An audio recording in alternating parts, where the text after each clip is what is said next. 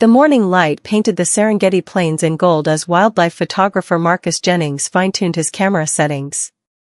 He was 3 weeks into his National Geographic assignment documenting predator-prey relationships, having captured remarkable footage, yet nothing that truly stood apart. Nothing that told a story unseen before. That was about to change in ways he could never have anticipated. Marcus had positioned himself near a watering hole known locally as Maji Marafu, deep water in Swahili, a vital but dangerous drinking spot for the region's wildlife. Unseasonable rains had swollen the pool beyond its normal boundaries, creating treacherous conditions for the animals coming to drink. Soon, it should be active, whispered Jabari, Marcus' guide and a veteran ranger with the Tanzanian Wildlife Authority. The herds moved at dawn. The predators won't be far behind. Marcus nodded, his eyes never leaving the viewfinder as he scanned the landscape. He had learned to trust Jabari's instincts implicitly. The man seemed to possess an almost supernatural understanding of animal behavior and movement patterns. The first arrivals were predictable, a small herd of impala approaching the water with characteristic caution, taking turns drinking while others stood vigilant watch. Marcus captured their nervous energy but wasn't particularly inspired. He had dozens of similar sequences already. There, Jabari said suddenly, pointing toward a patch of acacia scrub to the east. Marcus swung his lens and immediately spotted the leopard. It was a young male, lean and hungry-looking, stalking through the tall grass with lethal purpose. The impala hadn't noticed yet, still focused on the opposite tree line. Perfect, Marcus breathed, adjusting his focus. This could be the predation sequence he'd been hoping to capture, the raw, unfiltered reality of life and death on the Savanna. But the leopard wasn't approaching the impala. Instead, it moved directly toward the water, keeping low in the grass. Something about its behavior seemed unusual, more urgent than the typical cautious approach of a predator coming to drink. Through his telephoto lens, Marcus saw the leopard's flanks heaving with exertion, its mouth open as it panted heavily. It looked injured or ill, its movements lacking the fluid grace of its species. Something's wrong with it, Marcus whispered, capturing frame after frame as the leopard reached the water's edge. The impala finally spotted the predator and bolted, but the leopard paid them no attention, confirmation that something was indeed amiss.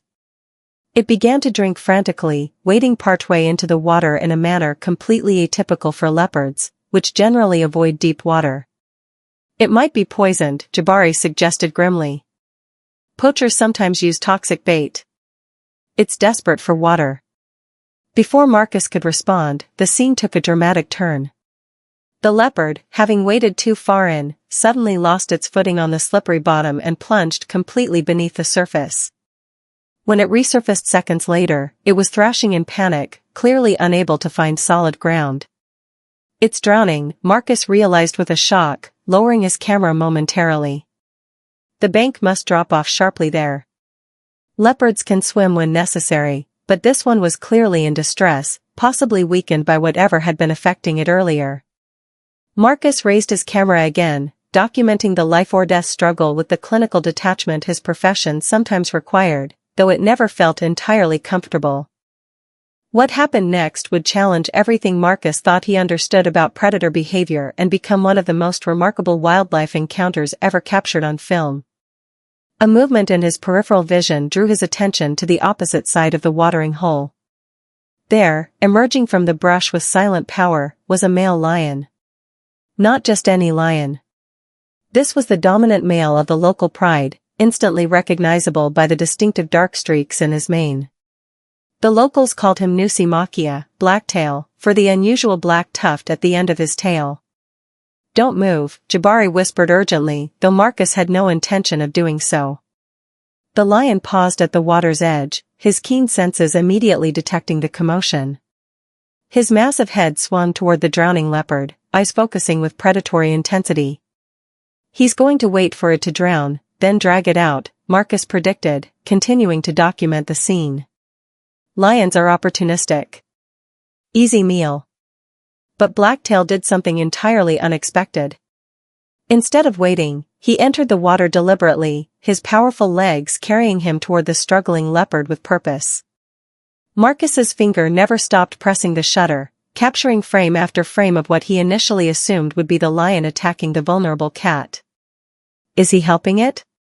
Marcus asked incredulously as the lion reached the drowning leopard. Instead of attacking, Blacktail maneuvered himself alongside the leopard, which had nearly exhausted itself in its panic. The lion's massive shoulder pressed against the smaller predator, guiding it towards shallower water. The leopard, too desperate to fear its natural enemy, seemed to understand and swam weakly in the direction it was being pushed.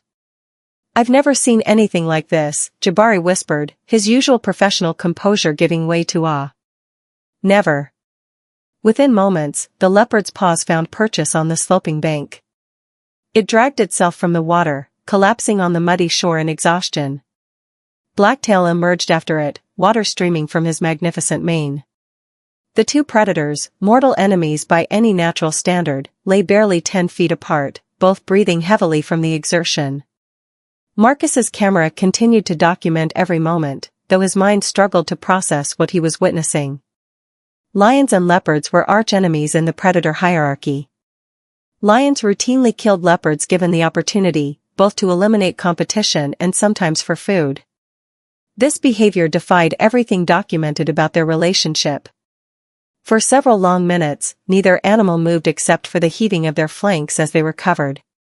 The leopard, clearly still weakened, made no attempt to flee. The lion, rather than pressing his advantage against a vulnerable competitor, simply watched with an almost contemplative expression. "What happens now?" Marcus breathed, not really expecting an answer. As if in response, Blacktail finally rose to his feet.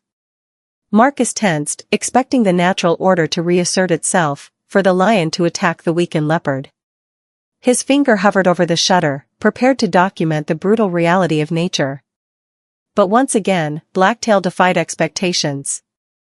The massive predator simply shook himself, sending water droplets flying from his mane, then turned and walked away, disappearing into the brush as silently as he had appeared. The leopard remained motionless for several more minutes before finally finding the strength to rise. It cast a glance in the direction the lion had gone, then limped slowly away in the opposite direction. "Did that really just happen?" Marcus asked, finally lowering his camera. Jabari's expression was thoughtful. "Yes, but I don't think anyone would believe it without your photographs." As they packed up their equipment, neither man could have anticipated how the day's extraordinary events would continue to unfold, or how the unusual interaction they had witnessed was only the beginning of a story that would challenge everything wildlife experts thought they understood about predator relationships in the Serengeti.